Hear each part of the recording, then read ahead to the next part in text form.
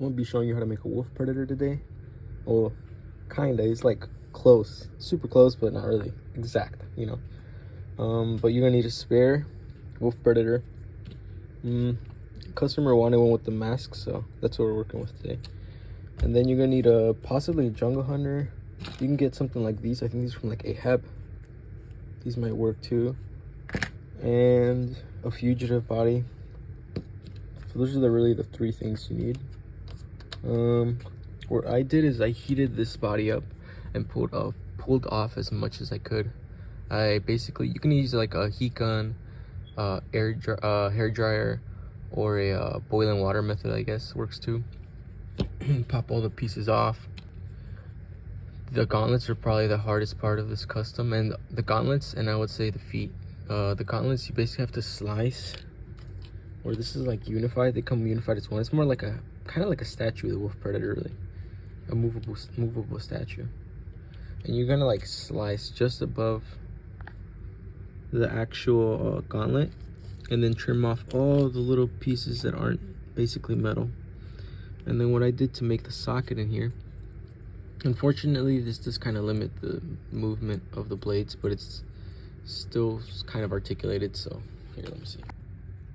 Yeah, you take this, and what I did is I basically put just a tad bit of Vaseline on these right here, on the pegs for a bit. Just put hot glue in there, and what the Vaseline do is it'll just kind of keep it protected so that it'll be easier to move around after, and it won't actually stick to the plastic. The arm has no really, it just has like that, the same kind of like a similar rotation. It's not going like for crazy articulation on this, but yeah, that one's like that. And I think the other arm, where's it at? This one was kind of a pain because same thing, cut the top, but I had to actually Dremel like a slight socket in there. It's gonna be black, so you won't really see it, but it goes in like that, and now you get the top, right? And you just pop the head on.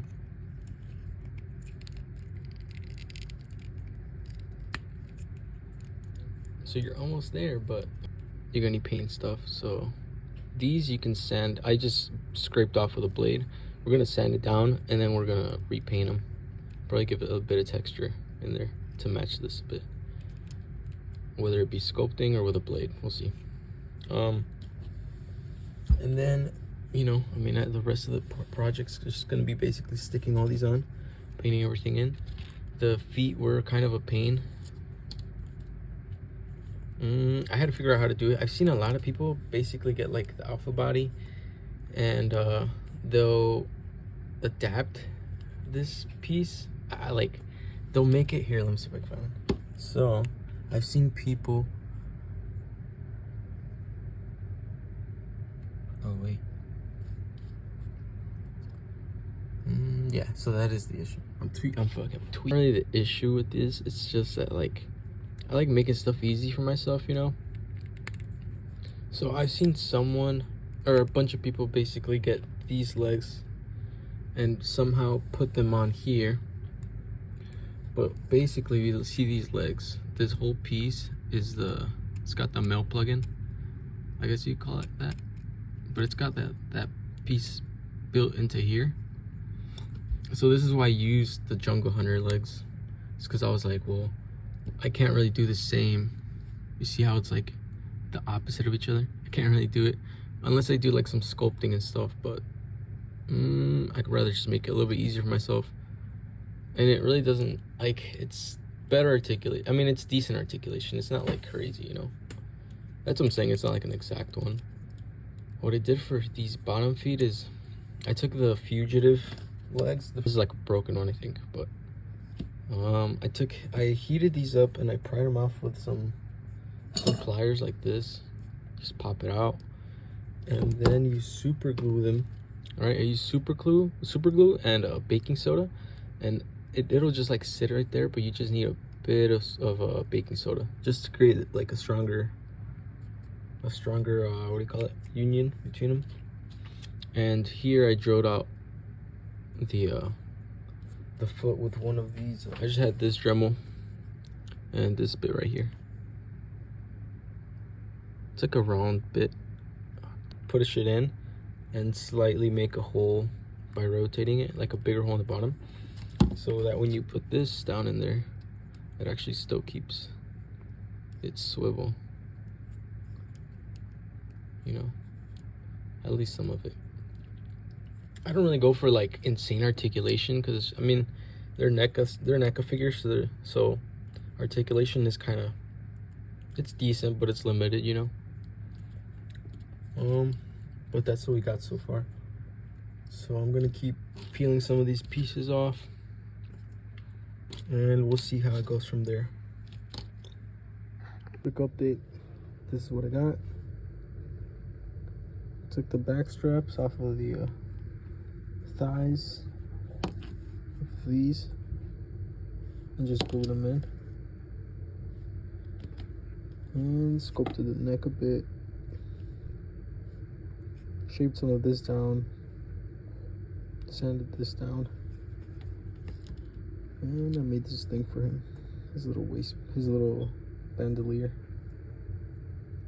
And there's this piece of tube that I cut, wrapped in epoxy.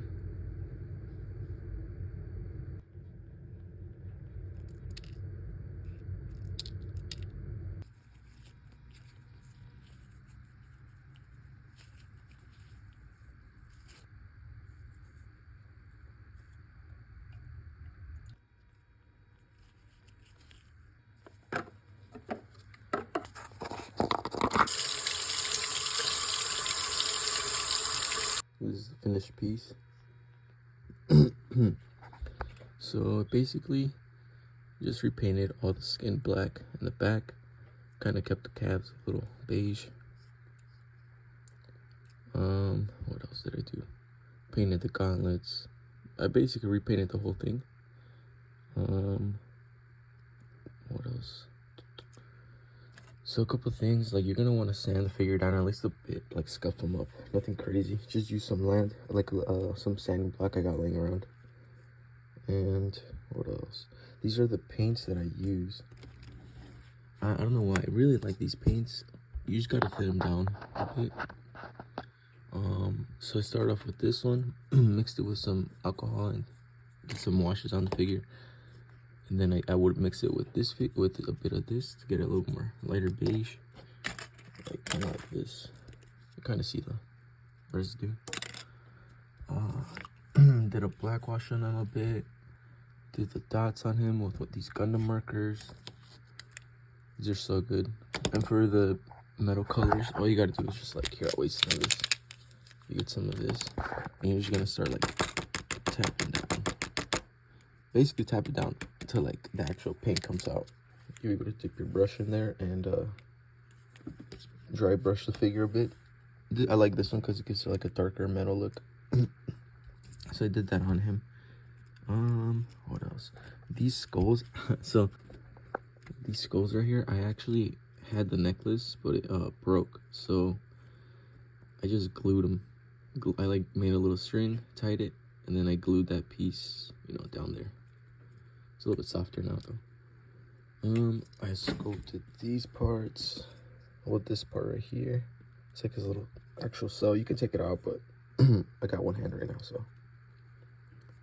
Here, these are the paints. So I use testers for the gauntlets, and it's always great to have some of this with it, some thinner, because man, they get clumpy. So it's always good to have that laying around.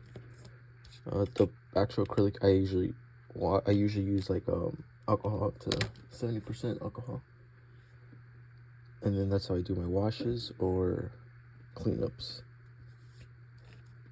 Like after I dry brush, I get like one of these and I just start cleaning up. Take some of the residue off. But yeah, I mean, it's pretty simple, straightforward custom. Nothing crazy. Once you dye everything with the RIT, like these, you really don't gotta worry about a paint rub. What I did do though, is I did get a blade and I carved out a little bit off that section just so it wouldn't rub. You kind of see the blade work a bit, I guess.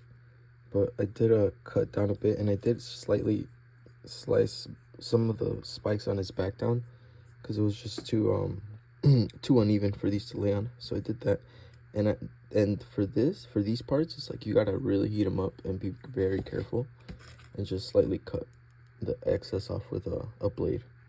Just be very careful. Like this is one of the pieces, you know. But I mean, yeah, that's basically it. Nothing too crazy.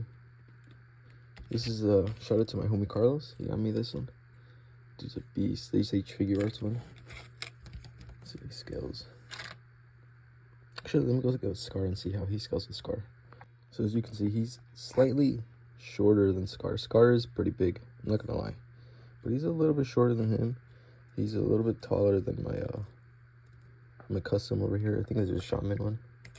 And obviously this is a 1/12 scale, so he's bigger than him. He's the shortest one of all. But yeah, that's how. Oh yeah, one thing too is for the eyes. You want to get a really small brush, and you want to mix a bit of silver, some silver, and some blue. I use this one because it's like a metallic blue. You probably don't need it. You could probably use like a regular blue or any acrylic blue. It doesn't matter. I just like these a lot. But yeah, same thing. I dip some in the. I basically mixed these. You know, got that color and laid it in. It's pretty cool. Gives it a nice shine to it.